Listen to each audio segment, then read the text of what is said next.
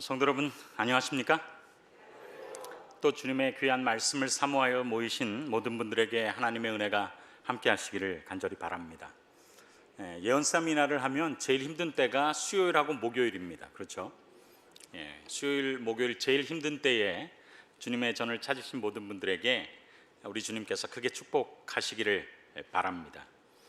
저희는 이번 기간 동안 희망의 미래를 위한 6개의 선물들이라고 하는 제목으로 매일매일 특별한 선물들을 살펴보고 있습니다. 왜냐하면 세상은 장래에 일어날 일들에 대해서 긍정적이지 않습니다. 대부분 암울한 미래를 전망하고 있어요. 그렇지만 성경을 보면 나 여호와가 말하노라 너희를 향한 나의 생각은 내가 안 하니 재앙이 아니라 평안이요 너희 장래에 너희 미래에 무엇을 주려 하려는 생각이라? 소망, 희망을 주려 한다. 하나님께서 우리를 향하신 생각은 그분께서 아시는데 재앙이 아니라 평안이고 미래가 희망으로 가득 찬 미래를 위해서 그분께서 우리에게 무엇인가를 주시려고 하는 생각이 있다라고 성경에 분명히 이야기하는 것입니다. 그래서 우리는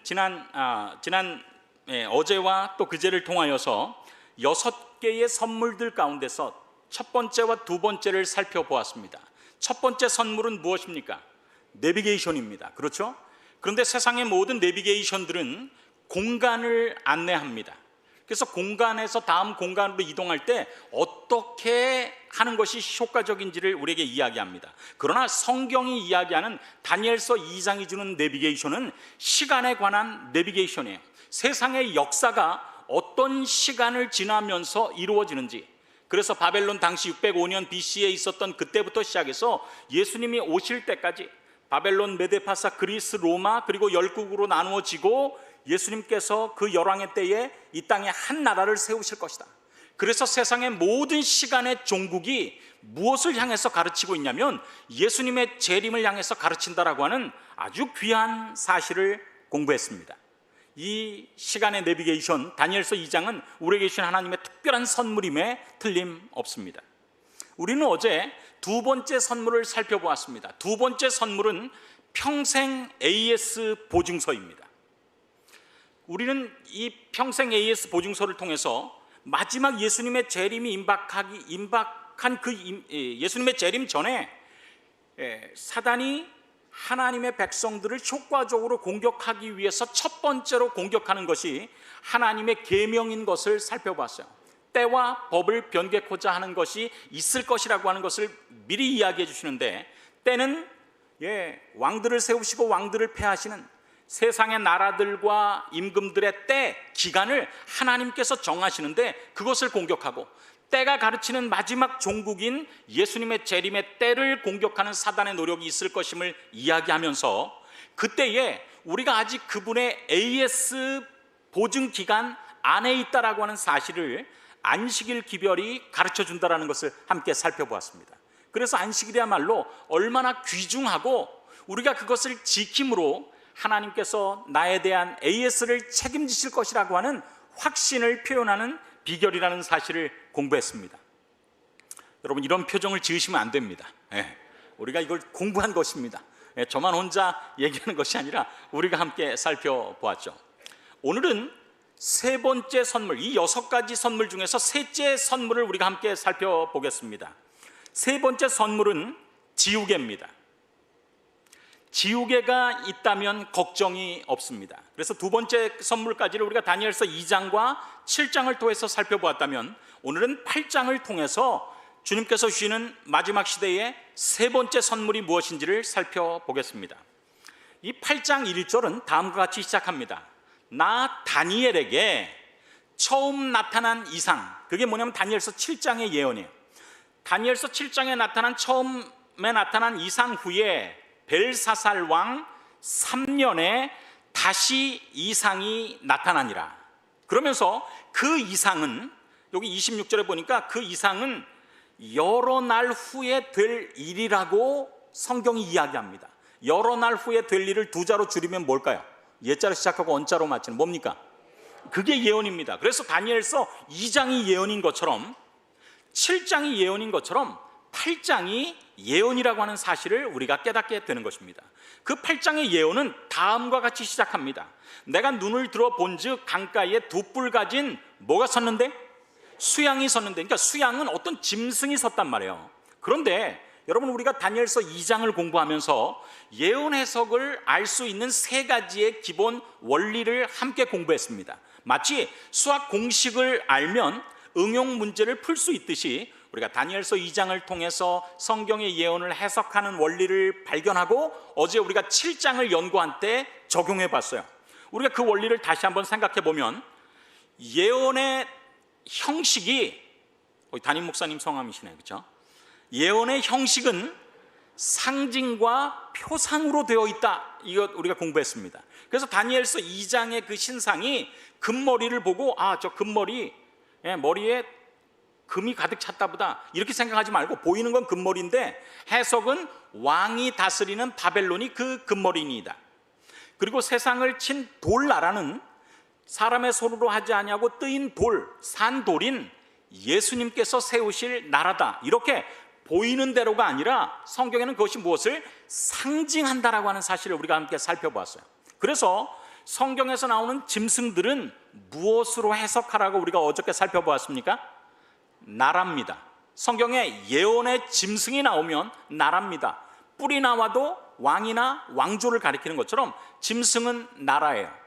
이게 제가 혼자 하는 것이 아니라 성경 자체에 세 번째 주신 이 예언 가운데는 상징이 무엇인지를 아주 분명하게 가르쳐 줍니다. 다니엘서 8장 20절에 보니까 네가 본 바 두 뿔 가진 수양을 보았잖니? 보이기는 두 뿔 가진 수양인데 실제의 의미는 무엇이다? 메대와 파사의 왕들이다. 그러니까 메대 파사 왕조를 두 뿔 가진 수양으로 상징으로 보여주신 것입니다. 여기 이 상징에 맞게 정말 예언대로 세상 역사가 이루어졌는지를 살펴보면 다니엘서 8장은 너무나 흥미롭게 이루어지고 있어요. 두 뿔 가진 수양이 섰는데 그 수양은 메데파사라고 하는 나라를 알게 됩니다. 두 뿔이 다 길어도 한 뿔이 다른 뿔보다 더 길었고 그 긴 것은 나중에 난 것이라. 그것처럼 메데파사, 우리가 흔히 페르시아라고 아는 이란은 메디아라고 하는 나라와 페르시스라고 하는 나라가 합쳐서 이루어진 나라예요.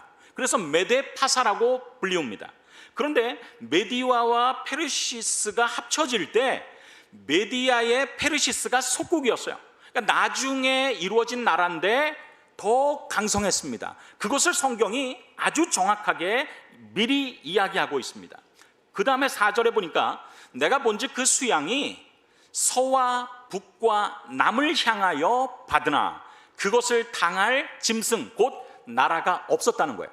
그런데 역사를 보면 이 메데 페르시아는 어디를 쳤냐면 서쪽을 먼저 칩니다. 바벨론을 공략해요. 그리고 저 위쪽에 있는 리디아를 공격했고 서와 북과 그 다음에 남쪽에 있는 이집트를 점령합니다. 정말 세상의 역사를 그 일이 이루어지기 수백 년 전에 하나님께서 다니엘을 통해서 미리 알려주신 것이 얼마나 놀랍게 맞아떨어지는지를 우리가 깨닫게 되는 것입니다. 5절에 보니까 내가 생각할 때에 수염소가, 그 전에는 무엇이 있었는데? 수양이 있었는데 이번에는 수염소가 서편에서부터 와서 온 지면에 두루 다니되 땅에 닿지 아니하며 그 염소의 두는 사이에는 현저한 뿔이 있더라. 그러면서 수양을 향해서 공격하고 엎어뜨리고 짓밟았습니다. 여기에서도 다니엘서 8장 21절에 보니까 이 짐승이 무엇을 의미하는지는 성경에 계시를 주신 하나님께서 다니엘에게 분명하게 말씀해 주셨어요.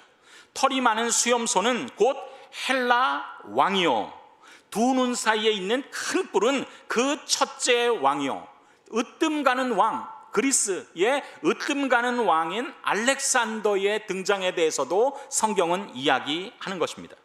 그런데 수염소가 스스로 심히 강성하여 가더니 알렉산더가 정말 30살에 시작해서 33살까지 정말 동쪽으로 수많은 나라들을 점령했어요. 그런데 스스로 심히 강대하여 갈 때에 그 뿔이 꺾이고 그가 그렇게 정복 전쟁을 펼치다가 이집트에 돌아와서 있을 때 그가 요절하게 되었습니다. 그 다음에 현저한 뿔 넷이 하늘 사방을 향하여 났더라라고 기록하고 있습니다. 여기 이 뿔이 꺾이고 그 대신 네 뿔이 났은즉을 성경은 아주 분명하게 해석해 주는데, 그 나라 가운데 네 나라가 일어날 것이다. 그러니까 알렉산더가 죽은 이후에 그 나라가 뿔이 네 개 있는 것처럼 네 개의 왕조로 나누어질 것이다 라고 예언하고 있습니다. 그리고 세상 역사는 틀림없이 그렇게 되었습니다. 여러분이 보는 이 지도가 알렉산더 대왕이 누렸던 그 확장했던 영토입니다. 그런데 그 영토를 알렉산더 사후에 4명의 장군들이 나눠 가졌어요. 저 북서쪽을 카산더가, 그리고 리스마커스가, 셀루커스가, 그리고 탈레미가 이집트 쪽을, 그래서 정확하게 예언대로 4개로 나누어지게 된 것입니다. 그런데 여기 9절에 보니까 우리가 주목해야 될 또 하나의 존재가 나오는 것입니다. 그 중에 한 뿔에서, 성경은 이렇게 기록하고 있어요. 그러나 문법을 살펴보면 그게 뿔이 아니라 한 방향이 맞습니다. 그 중에 한 방향에서 또 작은 뿔 하나가 나서 남편과 동편과 영화로운 땅을 향하여 심히 커지더니 그것이 어디에 미칠 만큼? 하늘에 미칠 만큼 커져서, 여태까지 보면 다 땅에서 무엇인가를 했는데 여기 이 작은 뿔, 서쪽에서 시작되어서 남편과 동편과 영화로운 땅을 향해서 심히 커진 그 뿔은 땅에서도 심히 커질 뿐만 아니라 그게 땅에서는 적대할 세력이 없을 때 어디까지 그 세력을 뻗칩니까? 하늘 군대에 미칠 만큼 커져서 라고 기록하고 있는 것입니다. 자, 여기서 우리 잠깐 생각해 보십시다. 우리가 다니엘서 2장을 공부하고 7장을 연구하면서 하나님께서 예언을 주실 때는 한 번 주고 새로운 거 주고 또 새로운 것을 주고 하지 않고 다니엘서 2장을 반복하고 2장에 나오는 그 패턴대로 7장에 반복하고 새로운 것을 얹혀주고 8장에서도 원래 있던 것을 반복하고 새로운 것을 얹혀준다라고 하는 사실을 연구했어요. 그래서 성경 예언 해석의 원칙의 세 번째가, 예언이 반복되는 것은 중요한 것이기 때문에 확신을 갖게 하고, 두 번째로는 앞에서 얘기하지 않았던 또 하나를 얘기하면서 강조하기 위한 것이라고 하는 사실을 살펴보았습니다. 여러분 지금 공부를 굉장히 잘하고 계신 것입니다. 자, 보십시다. 이게 무슨 얘기인가? 여러분이 보시는 이것이 다니엘서 2장입니다. 바벨론 때부터 시작해서 4개의 나라가 지나면 10개의 나라로 나누어지고 돌나라에 대한 심판이 있었어요. 이게 다니엘서 2장입니다. 7장에는요, 다니엘서 2장에는 금속으로 나라를 표현했는데 우리가 어제 살펴본 다니엘서 7장은 4마리의 짐승이 나옵니다. 그리고 4번째 짐승은 10뿔을 가지고 있어요. 그리고 나서 예수님의 재림이 있습니다. 그러면 2장에서는 언급되지 않았는데 7장에만 똑같은 패턴으로 10개가 되고 그 다음에 심판이 있는 것입니다. 그 사이에 다니엘서 2장에는 이야기하지 않고 7장에만 이야기한 존재가 나옵니다. 작자로 시작하고 뿔자로 마치는 세자, 뭡니까? 이 작은 뿔입니다. 그게 2장에는 없고 7장에 나오는 거예요. 그러니까 똑같은 것을 패턴을 놓으면서 새로운 것이 등장하기 때문에 이거는 전에 없었던 것인데 라고 더 주의 깊게 살펴볼 수 있게 되는 것입니다.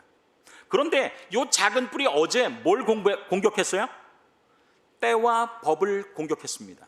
그래서 하나님의 예언의 하나님을 멸시하고 마지막 예언의 종국인 예수님의 재림을 공격하는 역사, 그리고 그때에 하나님께서 AS 기간 안에 너희가 있다라고 하는 사실을 가르쳐주기 위해서 안식일이 얼마나 귀하다라고 하는 사실을 공부했어요. 그렇게 귀한 안식일의 기별이 있기 때문에 그것을 공격한 것입니다. 그리고 그것을 하나님께서 여러분과 저에게 미리 알게 하신 거예요. 왜냐? 안식일은 중요하고 지켜야 하기 때문에 그런 것입니다. 그런데 여러분 보십시오. 이게 다니엘서 7장인데 오늘 살펴본 다니엘서 8장은 똑같은 내용이 반복됩니다. 그런데 다니엘서 8장은 시작하는 나라가 2장과 7장과는 달라요. 2장과 7장에는 시작하는 나라가 바벨론이었습니다. 그런데 다니엘서 8장은 벨사살 왕 3년, 이제 곧 바벨론은 멸망할 것이기 때문에 바벨론부터 시작하지 않습니다. 그리고 시작하는 부분을 잘못 맞출까 봐 두 뿔 가진 수양은 메데파사의 왕들이요라고 성경에 해석이 기록돼 있어요. 그러니까 똑같이 맞추는데 한 칸 밑에서 맞추면 똑같이 맞아 떨어지는 것입니다. 그리고 나서 수염소가 나오고 수양이 나오고 수염소가 나옵니다. 그리고 나서 무엇이 나옵니까? 서쪽에서 시작된 작은 뿔이었다가 점점 커지는 수평적으로 활동하는 이 작은 뿔이 마지막에는 수직적으로 활동하는 모습으로 보여준 것입니다. 그래서 다니엘서 2장과 7장과 8장은 동일한 역사가 패턴으로 반복되면서 그 사이에 작은 뿔이라는 존재가 7장에서는 무엇을 공격하고 8장에는 무엇을 공격하는지를 한눈에 보여줄 수 있도록 섭리하신 것이 다니엘서 2장과 7장과 8장이라고 하는 사실을 우리가 깨닫게 되는 것입니다. 여기 이 작은 뿔이 수평적으로 활동하는 것, 남과 동쪽으로 해서 영화로운 땅까지 점령했다. 이건 땅 위에서 표면에서 움직이는 것입니다. 그것은 무엇을 상징하느냐면 이 작은 뿔이 국가 로마와 교황 로마가 하나로 힘을 합쳐서 한 원리에 의해서 움직여서 정치적으로도 세상을 점령하고 종교적으로도 하나님을 대적하는 세력이 될 것이라고 하는 예언을 우리에게 가르쳐 주는 것입니다. 그래서 다니엘서 8장이 작은 뿔, 다니엘서 7장에는요 네 번째 짐승에서 뿔이 나고 그 가운데서 작은 뿔이 나왔어요. 다니엘서 8장에서는요 이 짐승과 작은 뿔을 한꺼번에 표현한 것입니다. 그래서 제국 로마와 교황 로마를 하나의 작은 뿔로 표시했습니다. 왜 이렇게 표시했을까? 나중에 저희가 함께 살펴보겠지만 다니엘서 8장은 특별히 수양과 수염소만을, 다니엘서 8장에 나온 짐승은 수양과 수염소 외에는 없어요. 이 두 짐승을 돋보이게 하기 위한 하나님의 특별한 섭리인 것을 우리가 뒤에 더 깨닫게 될 것입니다. 자, 그렇다면 여기 다니엘서 8장에 7장에서는 로마, 붉은 그 무서운 짐승 로마와 뿔이 10개가 있고 그 가운데서 작은 뿔이 난 이 교황 로마와 제국 로마를 따로따로 설명했는데 여기에는 두 개를 작은 뿔이라고 하는 하나의 존재로 설명하는데 정말 두 존재가 똑같은 존재일까? 여기 성경을 보면 그렇다라는 사실을 우리가 깨닫게 됩니다.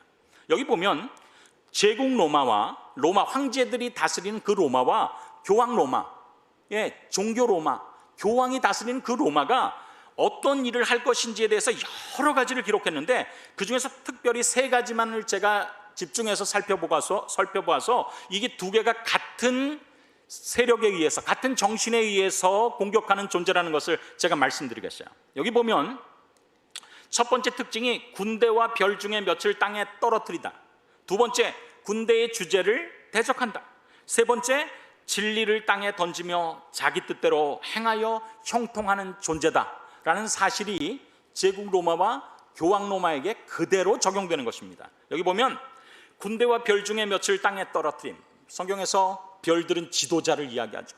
그런데 제국 로마는 기독교가 로마에서 공인되는 BC 313년 전에 약 200년 동안 하나님의 교회의 지도자들을 죽였습니다. 특별히 그 대표적인 예가 누구냐면 베드로와 사도 바울이 누구에 의해서 처단당했냐면 제국 로마에 의해서 처단당합니다. 뿐만 아니라 예수님을 십자가에 못 박힌 군병들이 어느 나라 군병이에요? 로마 군병이에요. 그래서 군대와 별 중에 몇을 땅에 떨어뜨린다라는 것이 이루어진 것입니다. 뿐만 아니라 교황 로마에 의해서 어저께 저희들이 살펴본 것처럼 중세에 5천만 명의 크리스찬들이 로만 캐톨릭에 의해서 처형당한 것처럼 중세 1260년 동안 무수한 성도와 지도자를 죽입니다. 요하누스나 제롬이나 이런 사람들이 형장에 있을로써 사라지게 된 것이죠. 지도자들을 공격하는데 두 세력이 똑같은 역할을 한 것입니다. 두 번째, 군대의 주제이신 예수님을 대적합니다. 문자 그대로 제국 로마는 예수님의 생명을 없애버립니다. 십자가에 달려 죽게 하죠. 교황 로마는 예수님께서만이 가지고 계신 사명을 죽입니다. 없애게 합니다. 예수님께서 가지고 계신 사명이 무엇이냐면 부활하신 후에 하늘에서 여러분과 저를 위해서 우리의 기도를 하나님 앞에 효과 있게 드리게 하는 중보의 사역을 감당하신단 말이에요. 그런데 그 하나님께 기도를 함으로 우리의 죄를 용서받고 하나님께 우리의 사정을 아뢰는 그것을 누가 찬탈함으로, 신부가 찬탈함으로 군대의 주제이신 예수님께서만이 하실 수 있는 사명을 없애버리는 일을 한 것입니다. 그러니까 양쪽이 똑같아요. 또 여기 기록된 것처럼 진리를 땅에 던지며 자기 마음대로 형통한 것입니다. 이교의 제도들이 교회로 들어온 거에는 교황 로마와 이교 로마, 제국 로마가 정말 중요한 역할을 합니다. 일요일에 일을 하지 말고 쉬라고 하는 것은 321년 컨스탄틴이 일요일 휴업령을 반포함으로 오늘처럼 우리가 일주일 가운데 일요일을 쉬는 그런 역사가 들어왔어요. 그리고 교회의 라오디게아 총회를 통하여서 364년에 일요일 날 예배하게 된 것입니다. 그러니까 일요일 예배 하나도 교황 로마가 예배의 날을 강제하는 것처럼 이교 로마는 그날 쉬는 것을 강제한 것입니다. 뿐만 아니라 크리스마스도 어디서 들어온 거냐면 컨스탄틴이 예수님의 탄생일로 정한 것입니다. 왜냐하면 그 당시에 로마의 국교는 태양신 미드라 교이기 때문에 이 태양신을 믿는 그 로마 사람들이 동지에서 태양이 제일 작게 되었다가 3일이 지나서 눈곱만큼 해가 길어지기 시작한 그날을 태양의 재탄생일, 예수님의 의의 태양이라는 것에 이렇게 두드려 맞춰가지고 예수님의 탄생일로 정했어요. 그리고 그것이 예배화되고 그렇게 하는 것에는 교황 로마가 역할을 한 것입니다. 교황권이 확립되는 것도 이교의 로마의 황제가 그것을 정한 것처럼 거짓 교리들도 로마 교황을 통하여서 들어온 것입니다. 일요일 준수, 돈으로 구원을 살 수 있는 면죄부, 죽은 사람도 돈으로 구원할 수 있다는 연옥설, 교황은 죄가 없다는 교황 무류설, 그리고 성만찬에 마시는 모든 떡과 포도주가 실제로 예수님의 살과 피가 된다. 그러므로 신부는 예수님의 살과 피를 창조하는 존재다라고 가치를 높이기 위해서 교황 무류설, 화채설, 무구회태설, 마리아도 승천했다라고 하는 이런 거짓된 교리들이 교회 안에 들어온 것입니다. 그래서 지금 교회들이 어떤 특별한 이유 없이 그저 전승적으로 받아들이는 여러 제도의 교회 로마와 국가 로마의 유산이 많다라고 하는 사실을 우리가 깨닫게 될 때에 왜 다니엘서 8장에서 교회 로마와 국가 로마를 하나의 상징인 작은 뿔로 이야기했는지를 우리가 깨닫게 되는 것입니다. 자, 그렇다면 다니엘서 8장에 우리가 살펴본 것처럼 다니엘서 2장과 7장과 8장이 이렇게 우리에게 세 번의 똑같은 패턴이 반복되면서 하나님께서 강조하고자 하시는 것이 무엇인가?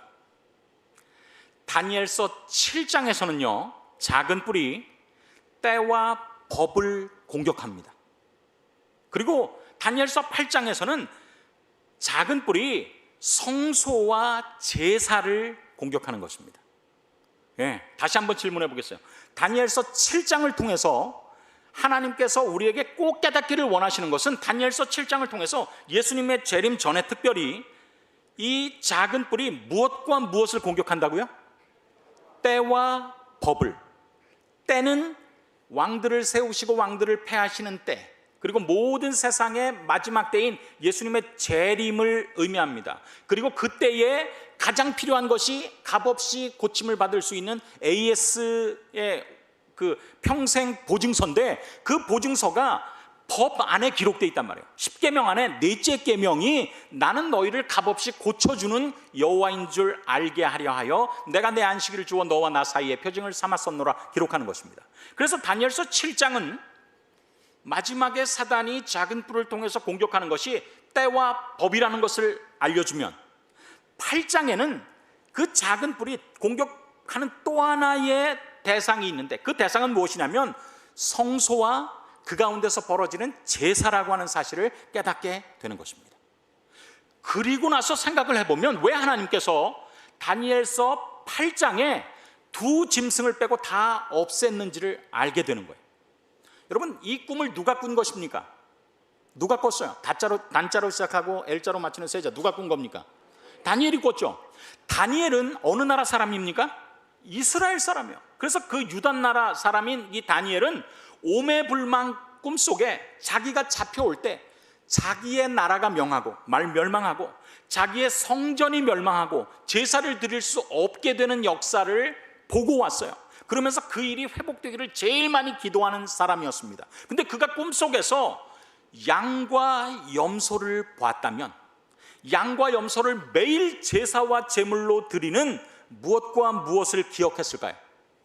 성소와 제사를 기억했음에 틀림이 없는 것입니다. 그렇습니다. 이스라엘 백성들이 속죄죄, 죄를 용서받는 제사를 드릴 때 족장이면 수염소, 평민이면 암염소, 평민이면 어린 양, 그래서 양과 염소는 무엇을 할 때 사용되는 짐승이에요?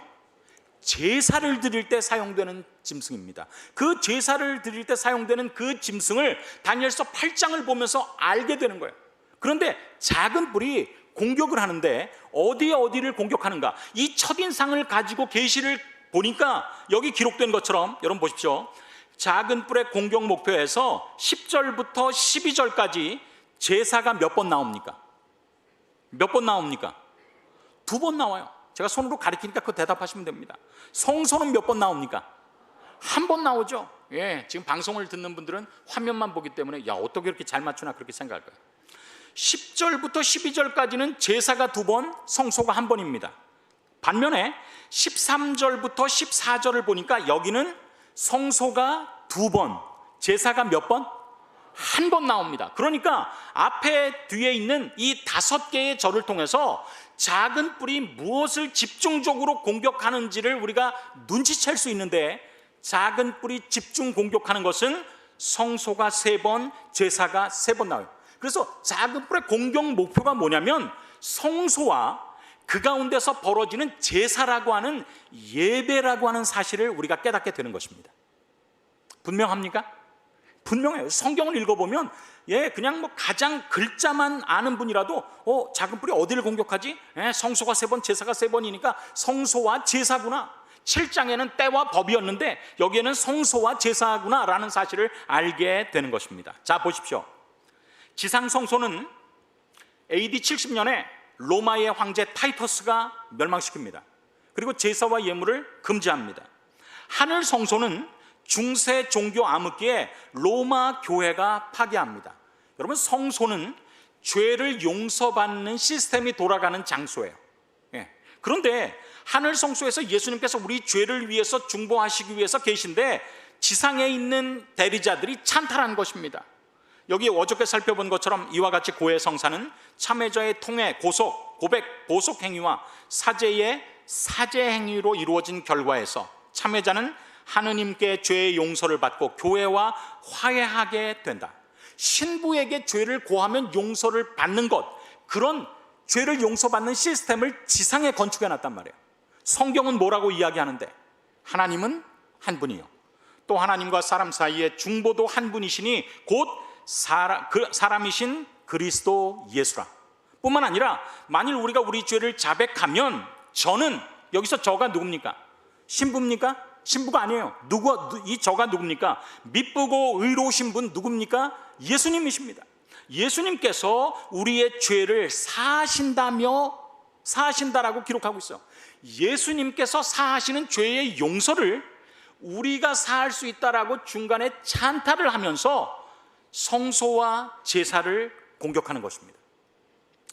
여러분, 왜 성소인가? 왜 로마 제국이 지상 성소를, 로마 교회가 하늘 성소를 공격했냐면 두 개 다 죄를 용서하는 시스템에 관한 것입니다. 죄를 용서하는 시스템, 거기에서 죄값을 치러지는 대속과 죄가 사라지는 도말이 있다라고 하는 사실을 우리가 깨닫게 되는 것입니다. 이것 때문에 작은 뿔이 로마 천주교회가 중세 암흑기를 거쳐서 하나님의 백성을 핍박하면서 하늘 성소를 공격한 것입니다. 로마가 지상 성소를 공격한 것처럼 로마 교회가 하늘 성소를 공격한 것입니다. 자, 그러면 여러분 이렇게 얘기할 수도 있을 거예요. 목사님, 지상의 성소는 알겠습니다. 모세가 출애굽했을 때 성소를 지었지 않습니까? 그건 알겠는데 하늘 성소도 있습니까? 있습니다. 내가 그들 중에 거할 성소를 그들을 시켜 나를 위하여 짓되, 그래서 하나님께서 모세에게 지상 성소를 세우라고 명령하셨어요.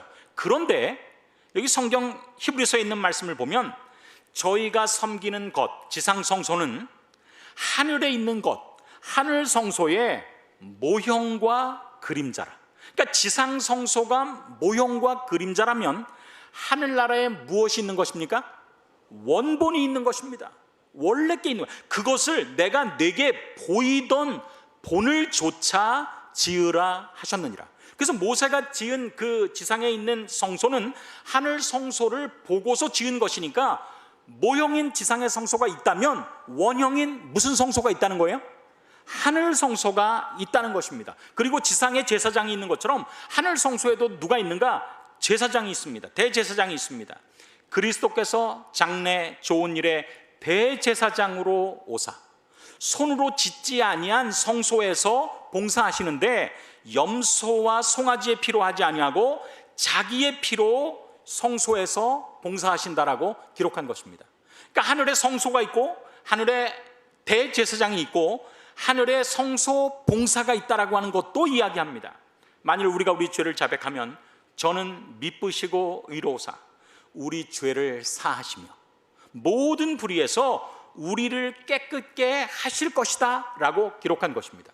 그래서 성경을 보면 지상 성소가 있는 것처럼 하늘 성소가 있고, 지상 성소가 어떻게 죄를 용서하는지 시스템을 보면 하늘 성소가 어떤 시스템에 의해서 돌아가는지를 알 수 있도록 말씀하셨단 말이에요. 그래서 우리가 지상 성소의 봉사를 통해서 하늘 성소의 봉사를 알 수 있는 것입니다. 자, 그렇다면 지상 성소의 죄를 용서하는 시스템은 어떻게 돌아갔는지를 한번 살펴보십시다. 왜냐하면 그걸 알아야 하늘 성소의 봉사가 어떻게 돌아가는지를 알게 되고, 그걸 왜 사단이 공격하려고 했으며 그걸 우리가 지키고 보호하고 간직하는 것이 왜 중요한지를 깨닫기 때문에 그렇습니다. 여기 지상에서의 봉사는요, 매일의 봉사가 있어요. 매일의 봉사. 이스라엘 백성들 중에서 한 사람이 죄를 범했습니다. 그러면 무엇을 가지고, 어린 양을 가지고 제사장에게 갑니다. 그리고 제사장과 함께 이 성소의 저 북쪽으로 올라가서 이 죄인이 그 어린 양의 머리에다 자기 죄를 고백해요. 그러면 상징적인 의미로 내 죄가 어린 양에게로 전가가 되는 것입니다. 그리고 죄인이 칼을 가지고 그 양의 목을 땁니다. 그리고 나서 그 양이 죽어요. 그러면 그 피를 가져다가 제사장이 적절하게 명령받은 곳에 뿌리는 것입니다. 이렇게 해서 매일의 제사, 다시 말해서 매일 이스라엘 백성들 가운데서 범한 죄에 대한 용서가 일어났어요. 그래서 그 용서를 한 그 양의 또 염소의 피를 가져다가 때로는 지성소 휘장 앞에 피를 뿌리든지, 성소의 분향단 뿔에 피를 바르든지, 성소의 뜰에 번제단과 뿔과 그 번제단 밑에 피를 바르고 쏟든지, 때로는 그 제물을 제사장이 먹음으로 용서를 받았습니다. 상징적인 의미로 죄가 전가된 것입니다. 그런데 여러분 보십시오. 이걸 매일매일 하면 1년 정도 지나면 피가 사방에 휘장 앞에 분향단 뿔에 번제단 뿔과 밑에 뿌려졌기 때문에 성소가 어떻게 되었을까요? 더럽힘을 받게 된 것입니다. 다시 말해서 흔적이, 죄의 흔적인 핏자국들이 성전의 이 휘장 앞과 분향단 뿔과 번제단 뿔과 밑에 흥건한 것입니다. 그래서 여기 성경 레위기서를 보면요, 굉장히 재미있는 말씀이 있는데, 그렇게 더러워진 성소의 흔적을 1년에 한 차례씩 깨끗게 하는 일이 있었습니다. 그게 뭐냐면 대속죄일입니다. 여기 보니까 너희 모든 죄에서 이날 너희가 여호와 앞에 정결하리라. 제사장은 속죄하되 33절 보니까 죄의 흔적이 남았던 그 장소를 언급합니다. 지성소를 위하여 속죄하며 회막과 단을 위하여 속죄하고 제사장들과 백성의 회중을 위하여 속죄할지니, 이 일은 매일 하는 것이 아니라 1년에 몇 번만? 한 번만 하는 것이다. 이것은 이스라엘 자손의 모든 죄를 위하여 1년에 1차 속죄하는 것이다 라고 기록하고 있어요. 그러니까 지상성소는 무엇이냐면 매일의 성소 봉사가 있습니다. 그런데 그 성소 봉사를 통해서 죄는 용서를 받는데 무엇이 남습니까? 흔자로 시작하고 적자로 마치는 두 자 뭡니까? 흔적이 남는 것입니다. 그래서 흔적을 없애는 일이 지성소 봉사를 통해서 이 성소 자체에서 흔적, 죄의 흔적을 없애는 일이 있어야 했던 것입니다. 이게 지상성소에서 이스라엘 백성들이 마치 우리가 하늘 가나안 향을 가는 것처럼 광야를 거쳐서 그들이 가나안 땅에 들어갈 때까지 이 지상에서 죄를 범하면 어떻게 용서받는지를 보여주는 시스템과 메커니즘이에요. 만약 그렇다면 하늘 봉사, 지상 성소가 그렇게 매일의 봉사와 매년의 봉사로 나눠진다면 하늘 봉사도 원형이기 때문에 무슨 봉사와 무슨 봉사가 있을까요? 죄를 없애주는 매일의 봉사와 죄의 흔적을 없애주는 봉사가 따로 있을 것임을 깨닫게 되는 것입니다. 자, 보십시다. 우리가 죄를 범하면 용서를 받습니까? 받습니다. 만일 우리가 우리 죄를 자백하면 저는 우리 죄를 사하시며 모든 불의에서 우리를 깨끗게 하실 것이요. 그래서 매일의 봉사를 통해서 우리의 죄가 용서를 받습니다. 누구를 통해서 용서를 받느냐? 예수 그리스도의 피의 공로를 통하여서 우리가 용서를 받습니다. 그런데 용서는 받는데 무엇이 남느냐면 흔적이 영적인 성소에서도 똑같이 나타나는 것입니다. 똑같이 흔적이 남는 것입니다. 여기서 제가 퀴즈를 하나 드리겠습니다. 여러분이 아주 양심적으로 대답하셔야 됩니다. 거짓 없이 아주 진실하게 대답하시기 바랍니다. 제 이름이 김권이고 강사로 와 있습니다. 여러분 정말 양심적으로 대답하셔야 됩니다. 제가 잘생겼다라고 생각하시는 분 손 들어 보십시오. 이게 거의 비웃는 수준인데. 예, 감사합니다. 예, 세 분 손 들었어요. 제가 잘생겼다라고 생각하는 사람. 제가 그냥 진짜 강사긴 하지만 양심적으로 대답해서 못생겼다라고 생각하시는 분 손 들어 보십시오. 그럼 나머지는 도대체 뭡니까? 예, 다시 한번 어떤 건 한번 손 들으세요. 괜찮습니다. 이거 가지고 여러분과 따지거나 그러지 않아요. 강사가 잘생겼다 손 들어 보십시오. 감사합니다. 27분. 강사가 못생겼다 손 들어 보십시오. 예, 감사합니다. 여기는 진짜 양심을 속여서까지라도 강사에게 힘을 주기 원하는 아주 좋은 교인들입니다. 근데 여러분 생각해 보세요. 여러분이 지금 강사에게 놀아나서 마음에는 없지만 강사가 낙감할까 봐 손을 들었어요. 다시 말해서 거짓말을 한 것입니다. 저도 제가 알아요. 제가 잘생기지 않았다는 것 너무나 잘 압니다. 왜냐하면 저랑 집사람이랑 결혼할 때 저희 집사람이 저 몰래 편지를 썼는데, 일기를 썼는데 우연히 제가 봤어요. 근데 거기 이렇게 기록되어 있더라고요. 내가 왜 이 사람에게 끌리는 것인가? 외모냐? 아니다. 그렇다면 벌써 끝냈을 것이다. 이렇게 돼 있었죠. 그래서 제가 그때부터 제가 외모는 출중하지 않다라는 것을 알아요. 근데 여러분들이 강사가 이렇게 열정적으로 설교하는 것이 안쓰러워서 강사가 잘생겼다라고 손을 들어서 거짓말을 27분이 표시했단 말이에요. 이제 집으로 돌아갑니다. 아무리 그래도 그렇지 내가 너무했어. 저런 얼굴을 내가 잘생겼다라고 하다니 양심에 가책이 됩니까? 안 됩니까? 돼요. 그래서 하나님께 기도합니다. 하나님 죄송합니다. 제가 요번에 가서 이 세미나에 갔는데, 예언 세미나에 갑자기 강사가 신나게 하다가 멈추더니 자기 잘생겼냐 못생겼냐 물었는데 제가 용기 주기 위해서 양심을 짓누르고 거짓말을 했습니다. 정말 죄송합니다. 용서해 주십시오. 이러면 여러분 용서를 받습니까? 안 받습니까? 받아요. 만일 우리가 우리 죄를 자백하면 그분은 미쁘고 위로워서 우리 죄를 사한다라고 기록했단 말이에요. 우리가 회개하면 다른 모든 기도는 늦게 응답될 수 있지만 진실한 회개는 그 즉시 응답을 받습니다. 그래서 여러분의 죄가 용서를 받았어요. 내일 왔습니다. 제 얼굴을 딱 보는 순간 여러분의 죄는 용서를 받았지만 여러분이 죄를 지었다는 기억, 흔적은 여러분의 생각에 남을까요? 안 남을까요? 남습니다. 이것입니다. 왜 우리에게 매일의 봉사가 필요하고 연중의 봉사가 필요하냐면, 매일의 봉사를 통해서 우리가 하나님께 죄를 고백했을 때 용서를 받습니다. 받지만 하늘나라에 들어가기 전까지 우리의 생각 속에서 내가 죄를 지은 모든 기억은 나를 굉장히 정확하게 괴롭히는 것입니다. 이 죄의 기록이 내가 기도를 함으로 용서를 받았지만 적어도 3개의 곳에 기록됩니다. 예수님께서 우리의 죄를 대신 책임지셨기 때문에 예수님의 기억에 그 기억이 있습니다. 그리고 하늘의 모든 사람들의 잘못과 잘한 것을 아주 철저하게 기록하는 하늘의 기록책에 우리의 죄의 흔적이 남습니다.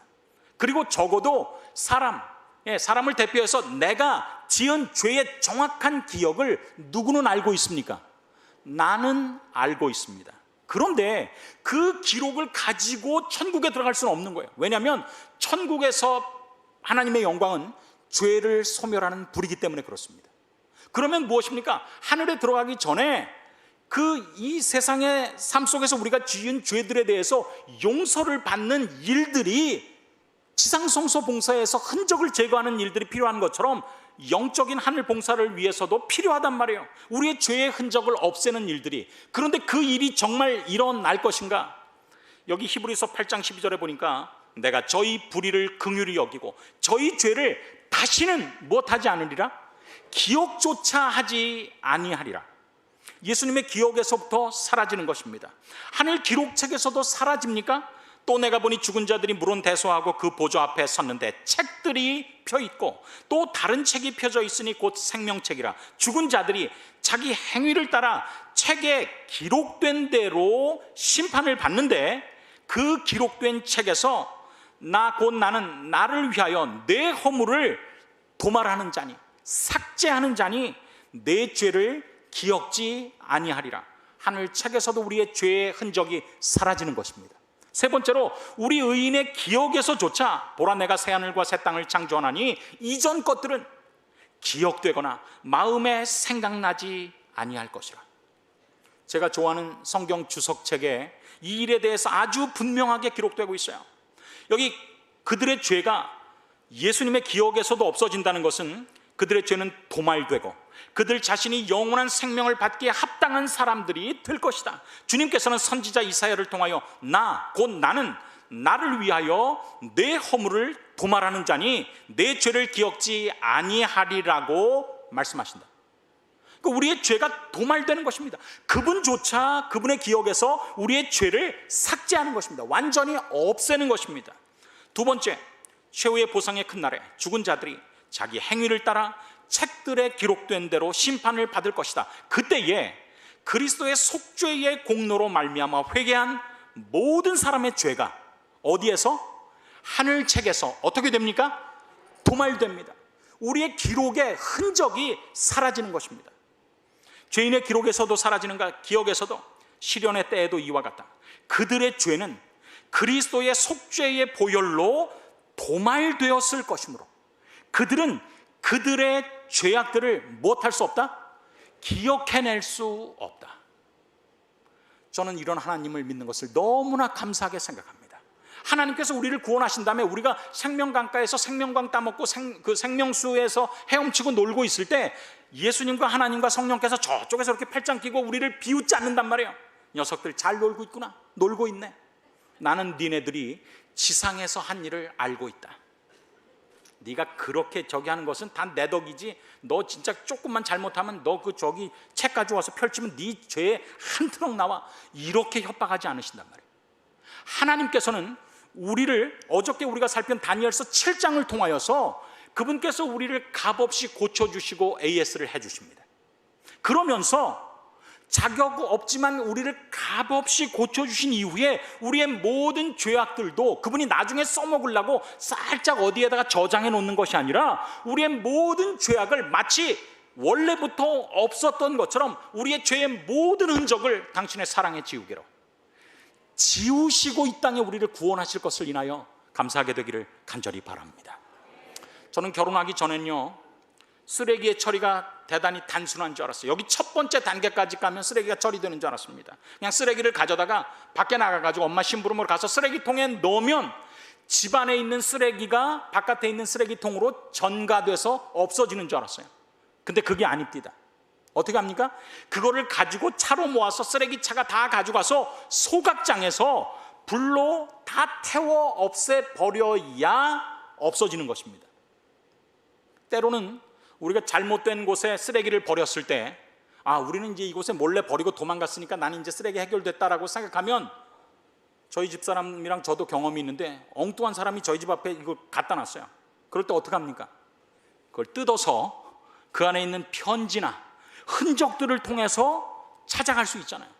그래서 쓰레기통에 갖다 버리는 것만으로도, 죄가 전가된 것만으로 끝나는 게 아니에요. 무엇이 있어야만, 도말이 있어야지만 끝나는 것입니다. 똑같습니다. 우리가 죄를 지었을 때 죄가 어떻게 용서받는지 메커니즘이 이 지상성소를 통해서 매일의 봉사가 있고 매년의 봉사가 있는 것처럼, 우리가 예수님께 죄를 가지고 고백할 때 용서를 받는 속죄와, 그리고 예수님께서 이 땅에 오시기 전에 합당한 과정을 통해서 내 과거의 죄가 마치 처음부터 안 지은 것처럼 도말되는 것이 분명히 있음을 깨달을 뿐만 아니라 있기 때문에 감사한 것입니다. 여러분, 언제든지 새 정부가 들어서고 무슨 후보들이 나와서 청문회를 하면, 그때 그 청문회를 참석하는 사람들이 제일 바라는 것이 무엇일까요? 내가 예전에 지은 죄의 흔적이 없어지면 얼마나 좋을까라고 그들이 얼마나 바랄까요? 그런데 예수님께서 우리를 구원하실 때, 우리에게 예수님께서 마련하는 것이 얼마나 대단하고 정말 좋은 것인데, 그것을 우리에게 주실 때 그냥 도매금으로 구원해 놓고 우리의 흔적들은 따로 잘 관리하시는가, 나중에 우리를 협박을 하기 위해서 그러지 않는단 말이에요.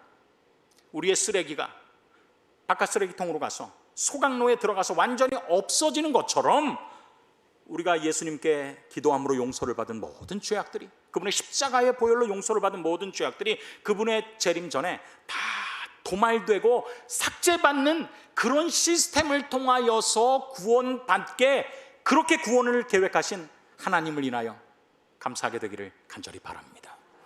여러분, 제가 이틀 동안 다니엘서 7장과 8장을 왜 그렇게 목이 터져라 강의한 것입니까? 그것은 작은 뿔이 마지막에 예수님의 재림 전에 다니엘서 7장에서는 안식일 계명을 공격한다는 것을 배웠어요.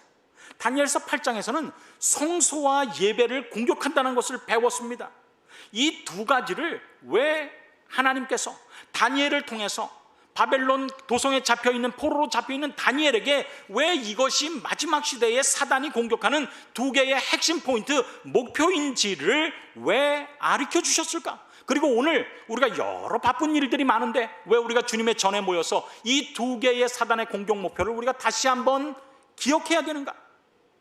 여러분, 제가 이것을 연구하면서 다니엘서 7장과 8장을 사단이 공격하는 것은, 다니엘서 7장과 8장의 공격 목표를 통해서 구원의 5대 원칙이, 구원의 6하 원칙이 정확하게 대답되는 것이기 때문에 공격한다는 사실을 깨달은 것입니다. 안식일을 공격하는 것은 우리의 구원 문제에 있어서 누가, 왜, 언제, 어디서, 무엇을 어떻게 라고 하는 6하 원칙에서 누가 구원하실 것인가, 왜 구원하실 것인지를 가르쳐 줍니다. 10계명의 넷째 계명은 누가 구원하실 것인가? 창조주 하나님 여호와가. 왜 구원하실 것인가? 엿새 동안에 하늘과 땅과 바다와 그 가운데 모든 것을 내가 만들었기 때문에, 이 사람이 메이드 바이 가시기 때문에 내가 책임진다라고 하는 사실을 다니엘 7장의 공격 목표인 안식일의 넷째 계명이 우리에게 가르쳐주고 있습니다. 누가 구원할 것인가? 왜 구원할 것인가? 그렇다면 오늘 우리가 살펴본 다니엘서 8장은 언제 구원할 것인가? 제가 이번 기간 동안 다 가르치지 못하지만 우리 주목사님을 통해서 우리가 예언을 공부할 때 언제부터 그 일을 하실 것인가? 1844년이라는 사실을 우리가 깨닫게 될 것입니다. 그게 다니엘서 9장에 예언되어 있어요. 어디서 그렇다면 우리의 구원의 역사를 이루실 것인가? 하늘 성소에서. 우리가 오늘 그걸 공부했지 않습니까? 무엇을 함으로 하실 것인가? 우리의 죄악까지 없애시면서 도말하심으로 어떻게 하실 것인가? 죄인의 기억과 하늘책과 당신의 기억에서조차 도말하심으로 그 일을 감당하실 것을 이야기하는 것입니다. 구원에 대해서 질문하는 육하 원칙에 대한 완벽한 대답이 다니엘서 7장의 작은 뿔이 공격하는 대상과 다니엘서 8장에서 작은 뿔이 공격하는 대상을 통해서 깨달을 수 있다고 하는 사실, 그리고 그것을 오늘 가르쳐 주신 하나님께 감사와 찬송을 돌리게 되기를 간절히 바랍니다. 죄의 기록과 흔적을 없애는 것은 정말 중요한 일입니다. 2014년 TV조선의 신통방통에 다음과 같은 제목이 나왔어요. 오프 당신의 흔적들. 디지털 장의사가 뜬다. 인터넷 계정을 지워주는 디지털 장례식 국내에서도 등장한다. 왜냐하면 자기가 인터넷에 별것을 다 올리는데 이건 내가 올리지 말아야지 하고 지워도 인터넷이라는 특성상 뭐가 남는다는 거예요? 흔적이 남는다는 것입니다. 그리고 그 흔적은 너무나 처참한 것입니다. 경제대국 일본의 사회 문제가 계속 대두됩니다. 그 중에 아주 큰 사회 문제가 하나가 무엇이냐면 자살이에요. 자기의 생명을 스스로 포기하는 것입니다. 그래서 일본이 이 문제를 해결하기 위해서 다양한 방법을 다 시도했어요. 거기 자살 바위로 가는 그 바위 앞에 이렇게 써봤습니다. 당신의 아들과 딸들을 생각해 보십시오. 이러시면 안 됩니다. 그런데도 자살률이 안 주는 것입니다. 별거 다 했어요. 당신의 가장 희망적인 때를 기억하십시오. 각종 거를 다 썼는데도 자살률이 떨어지지 않았어요. 그런데 어떤 한 사람의 제안으로 다음과 같은 편말이 붙었을 때 비로소 자살률이 감소했습니다. 여러분, 그게 무엇인 줄 아십니까? 바로 그것이 이 도표입니다. 이 편말이 자살바위, 제일 유명한 자살바위에 쓰여졌을 때 자살률이 현격하게 떨어졌어요. 그 표지에 쓰여진 말은 이것입니다. 잠깐만요. 당신의 하드디스크는 지우셨나요? 이거예요. 그 자살하러 왔던 사람이 보니까 자기의 모든 죄의 흔적이 내가 죽더라도 거기에 남아있는 것입니다. 그래서 죽지 못하고 그거 지우러 가다가 살았다는 이야기예요. 이게 실제적으로 있었던 일입니다. 그렇습니다. 죽음보다 더 안타까운 것은 내 죄의 흔적이 드러나는 것입니다.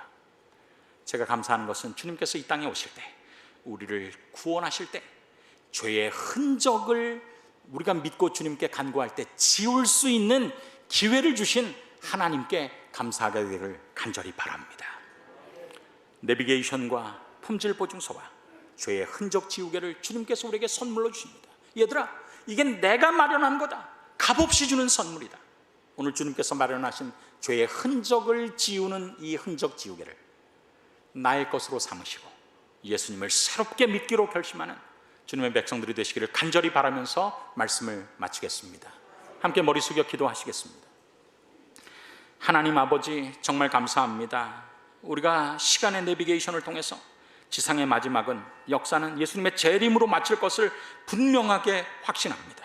내 자신을 돌아보면 늘 스스로 고칠 힘이 없습니다. 그래서 주님께서 품질 보증서를 주셨지 않습니까? 우리를 품질 보증서대로 주님께서 고쳐주시되 그냥 도매금으로 고치지 않고 우리의 모든 죄의 흔적을 내가 그토록 지우기를 원하는 그 모든 흔적을 지우기를 원하시면서 우리에게 손을 베푸시고 나를 선택해달라고 호소하시는 주님을 우리가 가진 것을 인하여 감사합니다. 오늘 우리의 말씀을 듣는 모든 분들이 이런 예수님의 은혜를 나의 것으로 삼을 수 있도록 인도하여 주시옵소서. 예수님의 이름으로 간절히 기도드리옵나이다. 아멘.